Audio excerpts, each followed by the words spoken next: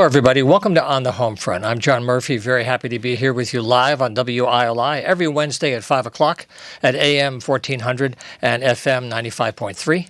Also, recently, we've added some more stations to reach more people with our guests. We're on the air at WICH at AM 1310. That is covering Norwich and New London. We're on public radio at WECS at Eastern. And we've also recently added to Channel 192, the public access channel from Spectrum in our region. And the whole idea is we're trying to get our studios and our guests to reach you with all kinds of information throughout the year. And we also have a YouTube channel where many of the shows here on WILI are posted for 24/7 access on any device. Lots of ways to reach and connect. Another busy show this week. We're going to take a look at some news and arts events. We'll have our regular calendar a little bit later in the show. And then I'm really happy to share the airwaves again with Christine Ohlman. She's going to be playing this Friday in Collinsville. She's very active. She was here in town last week at David Foster's Shaboo concert, and she's very active in the community as well. She's working with a lot of programs that support young women in music. So Christine wears many hats besides that incredible hairdo, and we'll have her on the phone a little bit later. But right now, sitting next to me is Bob Chaplin. He's an author. He's a landscape designer. And the reason why he's here today is that he has written a wonderful book. It's about wine and the life of a vineyard throughout the year. It's called A Year in the Vineyard. And he did the book with Sophie, who's not here today. Her name is Sophie Menin. 12 years of work to put this together. I had a chance to read this. It's a wonderful narrative.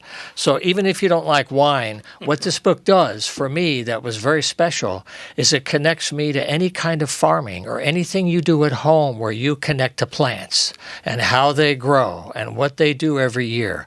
And the story that Bob shares really brought me close to the science and the chemistry and the architecture of the soil and the varieties of treatments.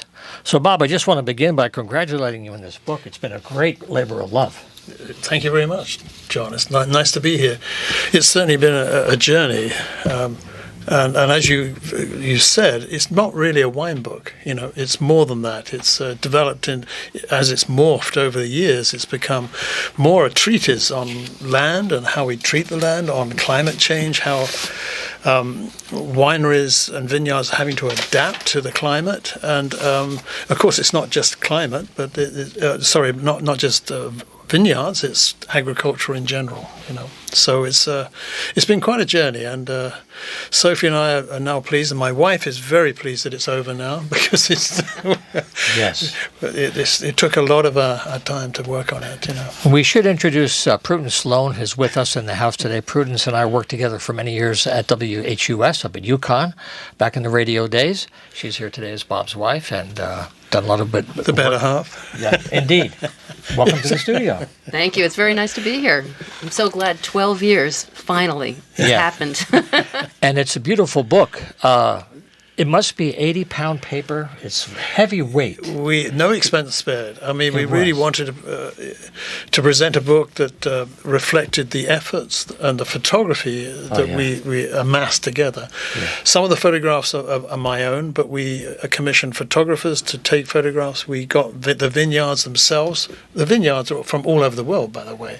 It's not just America. There are 45 vineyards from all over the world. So we got them on board right at an early level, and including very famous vineyards. I mean, that's what really kept us going. We got Chateau Yquem and Chateau Haut-Brion, which I can't even afford those wines, you know, $3,000 or $4,000 a bottle type of thing. But they were so interested in how we were approaching. They were very interested in that we were interested not in just the glass of wine that we were tasting, but in how they manifested their wines, you know. Yes. It was quite an eye-opener. I've learned so much from the last 12 years, you know. I love to do some gardening at home, but I'm not a master gardener at all. I just play with the plants and I keep them happy.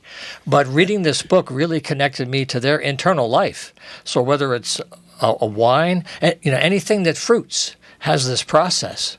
Right. And the photography is truly amazing. All the photo credits are there. You're going all over the planet with the same process, with different soils, different varieties, different techniques, but all producing this incredible beverage. And again, the chronology is very nice, and you can trace it to your own work, in your own garden. I think that's what's nice. It's a journey, isn't it? From it is. When the land is dormant, and you think, well, nothing is happening. Of course, a lot is happening. The earth is absorbing the winter, the moisture from the snow, and in an early stage, the vineyard manager has to get out there. They're trimming the vines in preparation for bud burst. That's right. And what is interesting, I would never want to be a vineyard owner. You arrive at spring and the buds burst, and then the weather forecast is for frost, Oh, yes. And so sometimes your whole vintage is wiped out. So how can you mitigate against that type of thing? So things like spraying water onto the vines. Aspersion, right? Aspersion, yeah. Which is a wonderful, simple thing, because if you spray a vineyard with water, it freezes, but it encapsulates the buds at 0 degrees. Doesn't go any lower. So as long as you keep on spraying that water until the weather changes, then you'll protect the vine. I love things like that. That's and putting in heaters into the vineyards, to keep the ambient temperature a little bit higher. So there's all these sort of things which I find fascinating. That's where the book begins, is in the depth of winter, after the harvest, and then it takes you all the way through the cycle. Right. And I know you talked about the old school use of smudge pots, and that got to be a real challenge for the environment. And now there's some new technologies. Can you talk about that a little bit, how they're trying to protect the plants but not go old school? Right, smudge pots are being phased out now. Things like wind turbines that will put, as long as you keep the air moving, that protects against frost. So use of helicopters flying over the vineyards, just pushing the air out and around. As some have large wind turbines in the edges of the vineyards to push the air out. So there's all sorts of techniques they're using now. Plus, of course, they're developing new grapes that will fruit later, and they will produce just as good a fruit later on. So there's all sorts of science going on as well. Right. Yeah. Do you find that as a community, as they make new discoveries, the information is shared widely, or is it kind of a proprietary thing? No. I think you'll find there's a lot of sharing of information. UC Davis over in California are renowned for doing research and then spreading it out. One thing, of course, what's happening in California is that it's getting too hot for Cabernet Sauvignons. So what are you going to do? You either change the grapes or you change the method of growing the grapes. So UC Davis did an excellent series of tests where they used different canopy management techniques. So they would grow the vines higher, so there's less reflection of heat coming off from the soil up into the masses of grapes. So the higher you get that, the cooler it is. So more air around them too. More right? air will put around it, and also to manage the canopy to protect the grapes from the thing. So all these sort of things are being looked at. They're having to do things like this now in order to maintain the wine industry, really. So, but like I say, it's a place like France, which has a very strict rules about what grapes you can plant where. Even they are now realizing that they might have to change the boundaries of where grapes can be grown. It's just to deal with the reality of the landscape that's changed. Exactly. Right? Yeah. I guess sometimes the mountain must come to Muhammad. I guess. Right? Exactly. As it were. But something else that really touched me about the book was thinking about the ground underneath, that it's a whole highway. There's a thing on page 19. The essence of biodynamic farming lies in not differentiating between soil, plants, and surroundings, that it's a holistic system. Exactly. And if you treat one as if it's in its own bubble, you actually might hurt the other two. They have to be together. Can you talk about how it's so fundamental? This is the big movement, I think. everyone knows about organics, moving over to organics. But it's a commercial branding thing too these days. Exactly. Yeah. But this whole holistic idea that you treat the whole of the environment, not just the vineyard. The problem with the vineyards is that it's a type of monoculture, you know. Yeah. So if you don't, and that's a disaster waiting to be happened. So what vineyards are trying to do is to make sure they look at the edges of the vineyards. For instance, there's a vineyard in Portugal, Esparreo. It's a large corporation, but they're beginning to go organic. And what they're doing is they're ripping up every 14th row of vineyards and they're planting hedgerows. Why? Because the hedgerows are a natural area for birds and beneficial insects that can help towards less spraying of fertilizer or insecticides.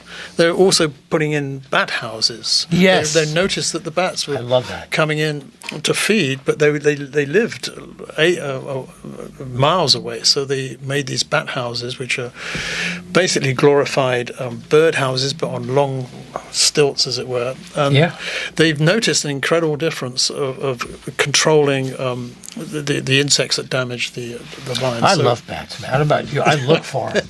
Right. And I have not seen as many this year. Oh, really? Like over our house, I haven't seen any. Yeah. But they're so vital and they're so compromised. They're amazing creatures. Yeah. So there's a lot of vineyards doing that all over, certainly Europe. There's a lot more interested in that.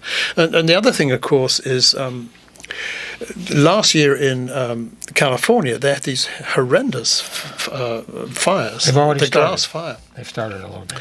And there's a story in the book. We wanted 2 spreads on cane vineyards, a very famous vineyard, beautiful wine, and a beautiful landscape. We have this wonderful photograph of the mist rolling in to keep the vineyards cool, and they lost 85% of the vineyards in that fire, plus the buildings. Complete devastation.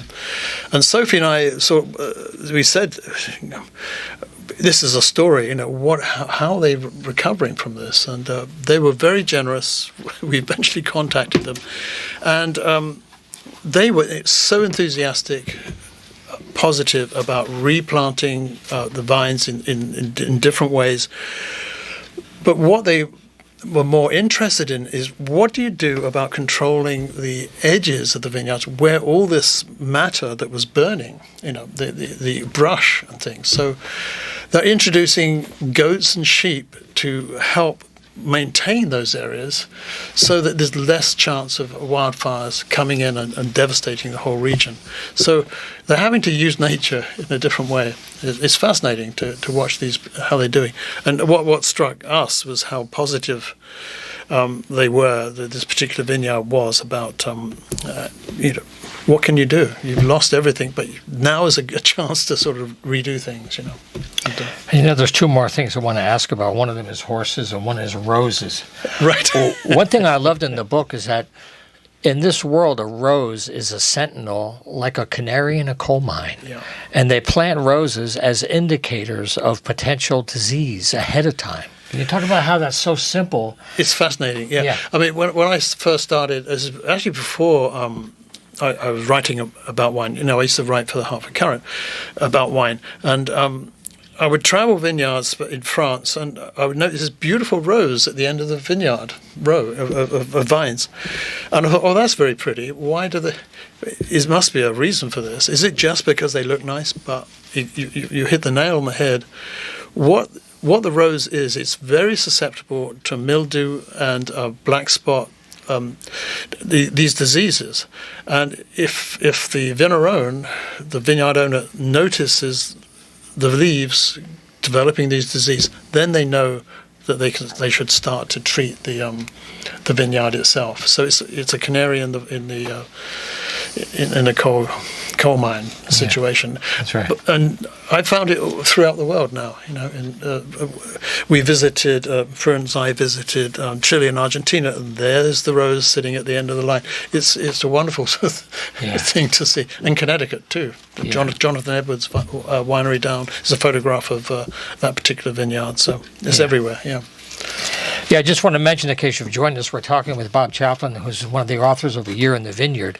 And the photography is truly wonderful. And the art design, the matting, the text layout, the calligraphy text, it's a very beautiful piece of work, just as an art form. Right. When Sophie and I first started this project, it was 12 years ago, we were both together at boot camp, Merlot boot camp. We were forced to drink all this Merlot for 4 or 5 days. I feel for and we couldn't get out. It was stuck in the middle of the country there. You kept sailing, right? So we got chatting, and she found out that we discussed the fact I make books as an art form that end up at museums and art galleries. So she's fascinated by that, and she always wanted to make a book. So we combined the idea, and the book. I see each spread as a sort of work of art. It has a background painting, which I did, and they're scanned in from my artworks. And then what they are textures that try to reflect the information I'm putting on that page. So, it's tactile to the eye. You can see it. You can feel it to the eye. Right. So, and then we have the photographs, and then we have the text. So it becomes this triangle of visual and just information. And I like Sophie's writing is beautiful. It's very precise, and we both wrote it, but we would throw things across the room, basically. How can we change that? And also, such a book.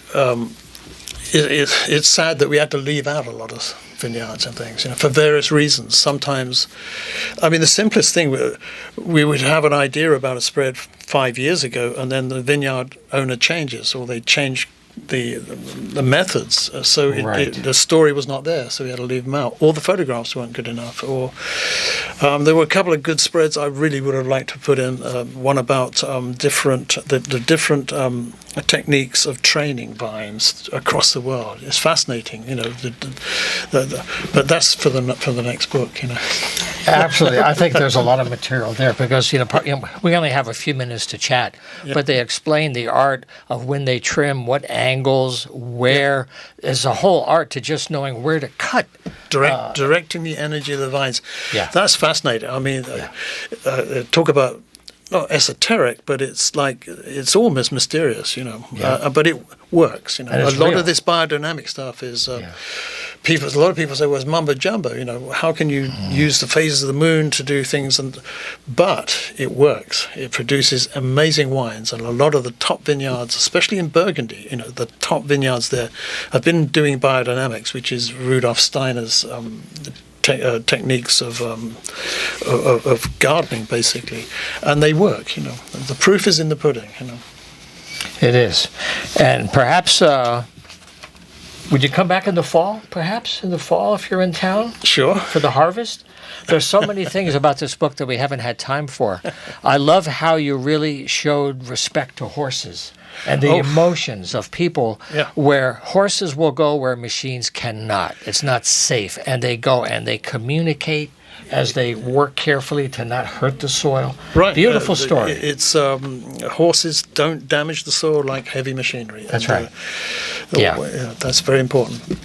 Well, I want to thank you very much for being here today for this beautiful piece of work.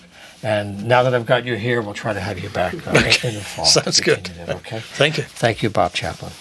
And Prudence, good to have you in the studio. It's great to be here. I'll try to have you visit my class in the fall.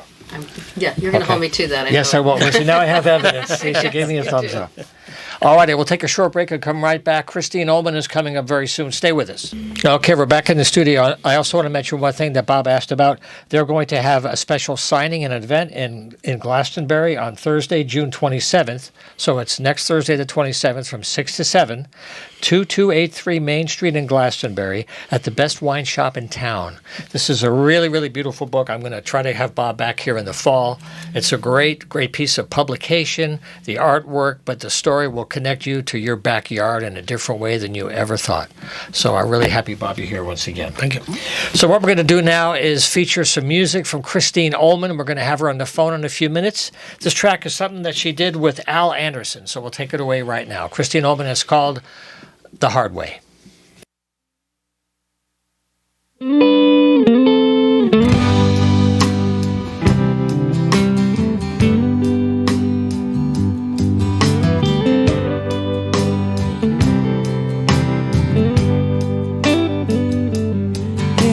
light of dawn,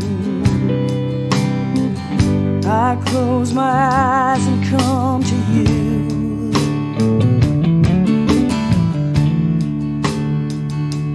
There is nothing else. I close my eyes and run to you.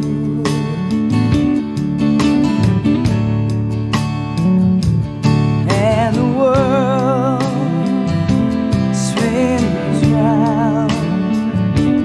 My love pours down like honey.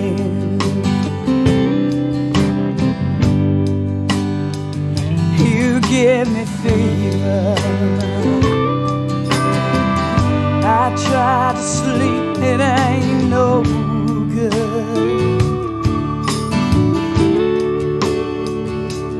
I surrender to the rhythm in my blood. And the world spins round. My love pours down like honey.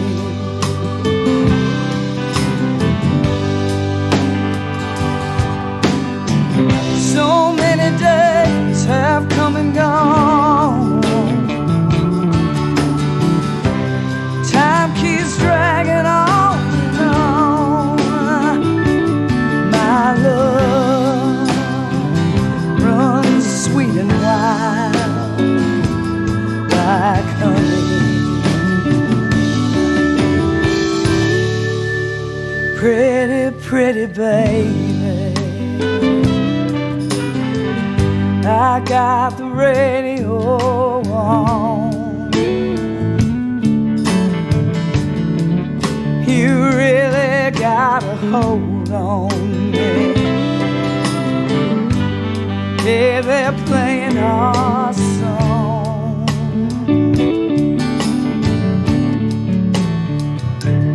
And the world spins round. My love pours down like honey.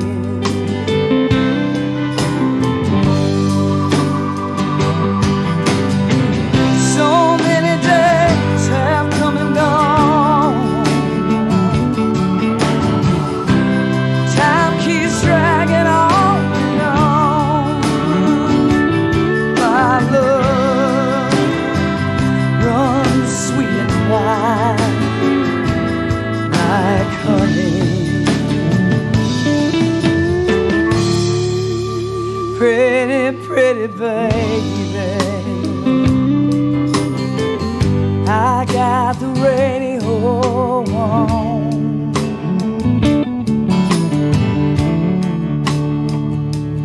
In the light of dawn, I close my eyes and come undone.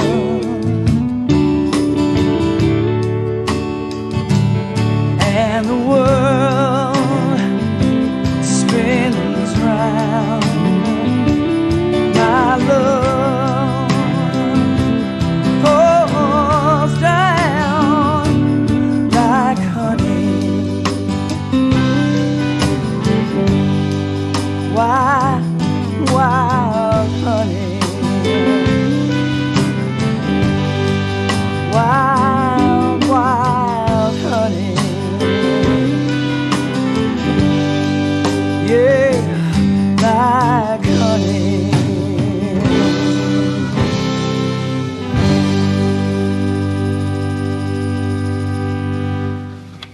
Okay, always happy to share the Beehive Queen. Good to get her beautiful voice and spirit on the airwaves. She's going to be on the phone in a few minutes. She's a very busy woman this season. She's all around. She was right here in Willimantic last Friday with David Foster and the band. They did a great event. I wasn't there, but a lot of people made it. Even though there was rain, they had a little bit of light rain. It was a good turnout. People had a wonderful time. Christine, rain or shine, she brings the light. And she's playing this Friday. It's a sold-out gig with James Montgomery at Bridge Street Live. But she's very busy, and she's also working with young women and getting them into the world of music as well. So we'll get to Christine in just a few minutes. I want to share a couple of events. The Poetry in the Park series for 2024 is coming back. It's at the beautiful Julio de Burgos Park at the corner of Curbstone Way and Jackson Street, right here in beautiful romantic Willimantic, about a mile from where I am, right down Jackson. And it's Thursday at 6:30. That's June 27th. They're going to feature Frederick Douglass Knowles II and a special Curbstone celebration looking at some of the history of this wonderful publishing house right here in Willimantic. The series continues for July, August, and September on the last Thursday of each month, and it's usually at 6:30. So please stop by. It should be a great event. We'll try to get some people here next week to go into more detail about Curbstone, and we'll tip the hat to Judy Doyle and Sandy Taylor while we're talking about Curbstone.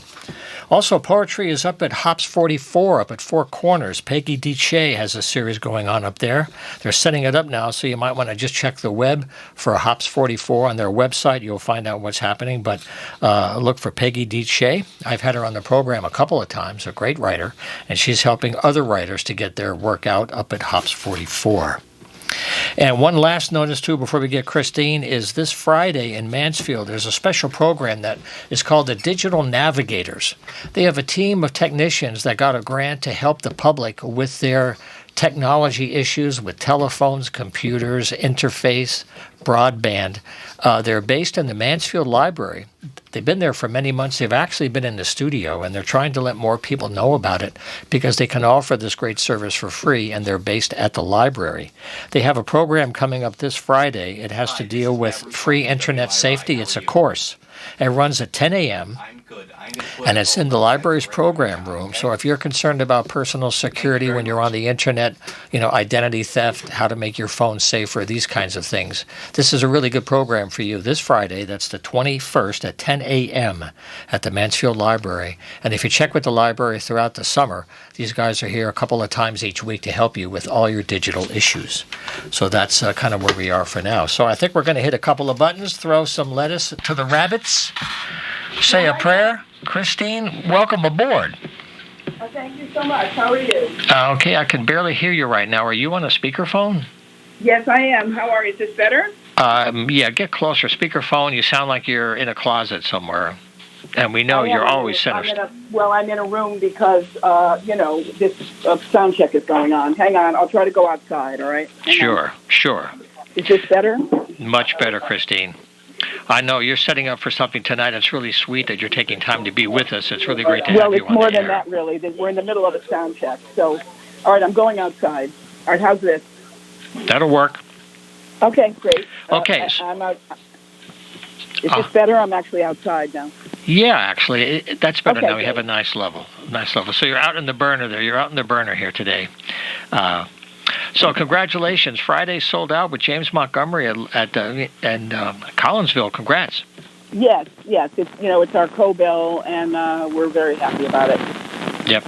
Now, there's a special thing coming up. There's a lot of things happening in New London on Sunday the 23rd. It's part of a special festival, and it also brings Matt Guitar Murphy back into the house with a new CD of some of his material. Can you talk about that on the 23rd? That's right. Mm-hmm. Please. That's right, John. Yeah. Are you there? Yes. Yeah, I'm sorry. I lost you for a minute. That's okay. And also, you're going to be in Madison Beach on the 27th? That's correct. Yep. And how long since you've been at the Goodspeed? You're going to be there on July 1st. That's a whole series, Music on the River. Yeah, Music on the River is something that I often open every year, and this year is no exception. The opening is July 1st. Yeah. And the lawn of the Goodspeed Opera House. And then shortly in July, you're heading down to Muscle Shoals in Vicksburg. Are you going to be doing some recording, or are there some special events that you'll be part of? These are, special events, WC Handy Festival, and then I'm going to Vicksburg for getting ready for a really interesting project that's going to take place in 2025 called Down to Hell. It's a play with a lot of Delta music in it, featuring kind of an interesting juxtaposition of Hank Williams and Robert Johnson. Wow. So we're going to be doing it at a theater in Vicksburg, and I'll be spending 2 days down there just kind of scoping it out and meeting with the writer and the theater owner, and we're really excited about that. Yeah. And I had to ask you, we haven't talked since you had your date with Dion in the studio, and I wondered, because I talked to you about a month beforehand, what was that like to be there with those folks? Well, Dion and I were never together in the studio. We recorded separately. That's generally what we've done every time we've worked together. I see. We record separately. Well, the record was #1 on the Billboard Blues charts for the entire month of April. That's right. So we were very happy about that, certainly. Yeah, that was a great opportunity. opportunity. The record is called Girlfriend. All right. And I'm on there with a lot of other people, but it was really wonderful. I have two cuts, and I'm the only person that does. So that was kind of an honor. One last thing I wanted to ask about is something that we've talked about before, because school's out now, we're into summertime, and one thing you've done for many years is work with young women to help them on their path to music. Can you talk about some of the stuff you're doing in Massachusetts and how you're trying to help make that connection, please? Yes. I'll be up at the musical, the Center for the Musical Arts. It's IMA, Institute for the Musical Arts, IMA, with June Millington. The Rock and Roll Camp for Girls. This year I'll actually be meeting with the preteen camp, which are girls from the age of 9 to 13. They're quite something, many of them. They're incredibly smart and talented and savvy. It really gives me hope for the future, John. And I serve on the board along with Bonnie Raitt and Ani DeFranco for the Institute for the Musical Arts, and so it's very close to my heart to be there, and I'm really very very delighted. Very delighted. Yeah. Well, look, we're sharing this conversation now kind of in the middle of June. I just wondered, as you move to the summer after touring, are there any new projects that you're starting to work on that we can talk about in the fall, new recordings? Yeah, we have started working on the songs for the new record in earnest, right, as well as some cover tunes, right, that I'm going to be duetting with some people on. And we're really very excited about that. And also, I came very close to getting Dion down to Muscle Shoals this year for a similar project to what I did with Charlie Musselwhite last summer. Mm-hmm. It just didn't work, but we're thinking it might work during the winter, actually. So I might be going down to the Shoals again and for an oral history project with Dion Jamucci, music and spoken word. So we're really looking forward to that as well. Right. Yeah. Well, Christina, I want to thank you very much for jumping away from the sound check to share a little bit of time with us today. We'll stay in touch over the summer, and I look forward to talking about the new record later in the year when it's ready. Yeah, and thank you so much, John, for just letting me come on and talk about what's coming up. And we're very excited about the Mitch Fest. I'll be singing with Curtis Delgado. This is on Sunday at Hygienic Art in New London with Curtis Delgado and Joe Beard will be there. Some really interesting people that have appeared on the Matt Murphy tribute album, which is released this Friday. So we're very excited about that. And it is a hospice benefit as well, right? It's a hospice benefit for Rhode Island Palliative Care. Yes, over 15 years, the Christina family, we have just donated, I don't even know how much money to that hospice, and they do wonderful work. I'm sure everyone knows that you don't know anybody whom hospice hasn't touched at this point. So we're very proud to be involved. All right, Christine. Well, look, good music to you. Safe travels. Thanks for all the good work you're doing for Spirit and music all year long. I wish you the best. Thank you, John, and thanks for staying with me on this one. I know it was a little bit the sound and everything, but we did get it together. So we did. Life on the road. My best to all your listeners, and my love to everyone. All righty. Take care now. Bye-bye. Take care, John. Bye-bye. All right. Yep. Life on the road, man. Life on the road. Well, now I can take off my Captain Video headphones. I love these things. See, they call these things cans in the business. They call headphones cans because sometimes they feel like cans. But I'm always happy to have Christine here in the house whenever I can. Well, we got a few more minutes before we close today. I want to share some more news about the show with you. First of all, you're invited, you know. This is really a storytelling engine that we have here all year long for you to share stories about your activities, your events. If you're doing a fundraiser, something special and you want to get the word out, advertising is expensive these days. The local press does what it can, but it's very limited, and it's not like it used to be. That's just the way it is. So we're trying to fill that gap. So just use email, and you'll be here before you know it. Don't be shy. It's john@humanartsmedia.com. And this is just one show among many here. WILI has recently doubled its airtime in the afternoon for local talk shows. So now it's 4 to 6 every Monday with new shows coming. There's a show that precedes me, which is all about gardening and soil management. That's on Wednesdays. And if you go to the WILI radio YouTube channel, all these shows are available thanks to Matt, pardon me while I choke. Matt Rupar is my co-producer behind the scenes, making everything work. He does the camera, he does all the equipment. He gets these shows on YouTube for us every week. A couple more things to talk about before we close. If you're into theater, the Bradley Playhouse is doing kind of a thing called Something Rotten that starts July 26th. You can check about that. And there's two things I'll be talking about in the next few weeks. One of them is about arts funding. You may have heard that at the last minute there were some major funding cuts. $30 million were cut from the budget. They had to find $30 million. So in order to hit that goal, they had to cut everywhere. The arts lost a few $1 million. Organizations are trying to raise money to cover that. Especially theater groups were heavily hit by that. And something else that's happened recently is the town of Coventry has been chosen as a possible site for a transmission line for gas that goes from New Jersey to Maine. And there's a concern in town about the siting, how it's being done. This has been an issue that Connecticut has had for many, many years. We're paying the highest electricity rates in the nation, and they're trying to find ways to get gas through the state and to build the economy for that industry. So, you know, I just pointed out now because about a month ago it came out that Coventry was chosen as a possible site. So we'll talk about that later as that issue moves up. Okay, we'll take a short musical break now. We've got a few minutes to go, but we're going to take some music right now. We'll take a break and hear the first track on that side.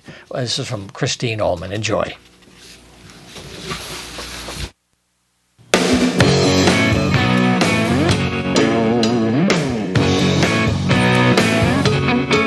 I got a secret, baby, that I shouldn't tell. I may get better, but I'll never get well. I went to the doctor and the doctor said, you gotta drive that boy right out of your head. Now I'm walking on the back streets crying to myself. A love potion in my veins, I can't help myself. I feel you like a need crawling under my skin. I need your kiss, I need my medicine. You're kinda like poison in a pretty colored bottle, like a runaway train with a wide open throttle. Your chemical reaction, 100 proof pure. It ain't satisfaction and there ain't no cure.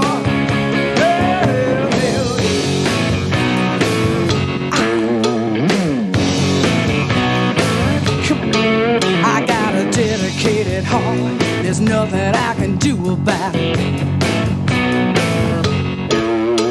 A true fine thing, and there's no way I can live without it. You put a spell on me that's blacker than a cat. And oh baby, baby, baby, I like it like that.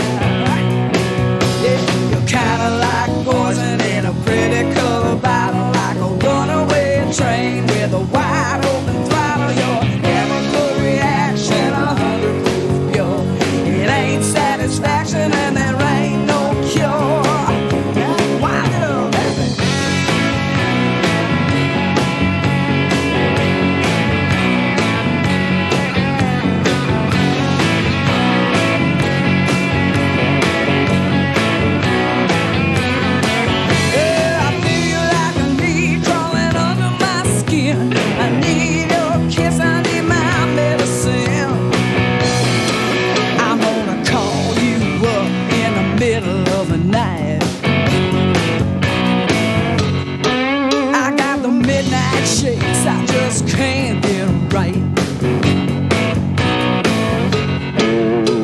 The fix is more than any drug can do. I come 1,000 miles to just shadow you.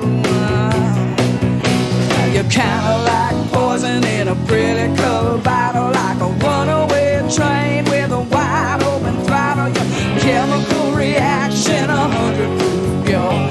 It ain't satisfaction and there ain't no cure. You're kinda like poison in a pretty colored bottle, like a runaway train with a wide open throttle. Chemical reaction, 100 proof pure. It ain't satisfaction and there ain't no cure. Heaven, it ain't satisfaction and there ain't no cure. No, there ain't no cure. It ain't satisfaction and there ain't no cure. Said there ain't satisfaction and baby, baby, baby, there ain't no cure. There ain't no cure. No, there ain't no cure. I said there ain't no cure. All right, Christine Ohlman. Always happy to play her music on the radio when I get a chance. Well, before we close today, I got a couple of more things to mention. I just want to mention we had a really nice conversation with Bob Chaplin before about his beautiful book about vineyards and the life of a vineyard. He's going to be in Glastonbury on Thursday, June 27th at 6 o'clock at the best wine shop in town at 2283 Main Street. If you like wine and you want to learn more, this is a wonderful opportunity to check it out with Bob. A couple more things, too. Tomorrow is our third Thursday for June, right? Today is Wednesday, the 19th. Tomorrow is the third Thursday, July, August, September, right? So tomorrow, get your butt down here, that's for sure.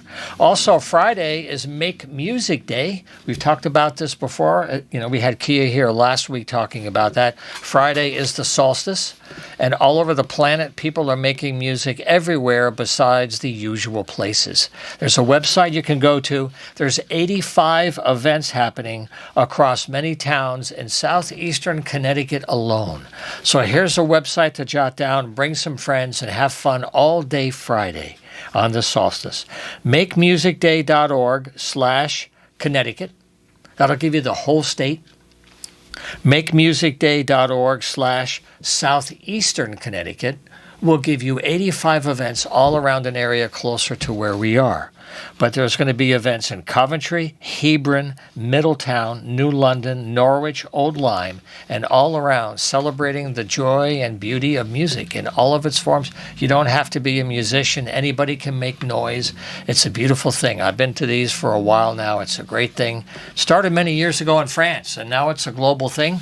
If you go to makemusicday.org, that's a global website. You'll see stuff from all over the planet honoring the solstice. So that's coming up Friday. Thursday is coming up third Thursday. So if you want to get involved again, the email is john@humanartsmedia.com. Don't be shy. There's room here for you to share your story.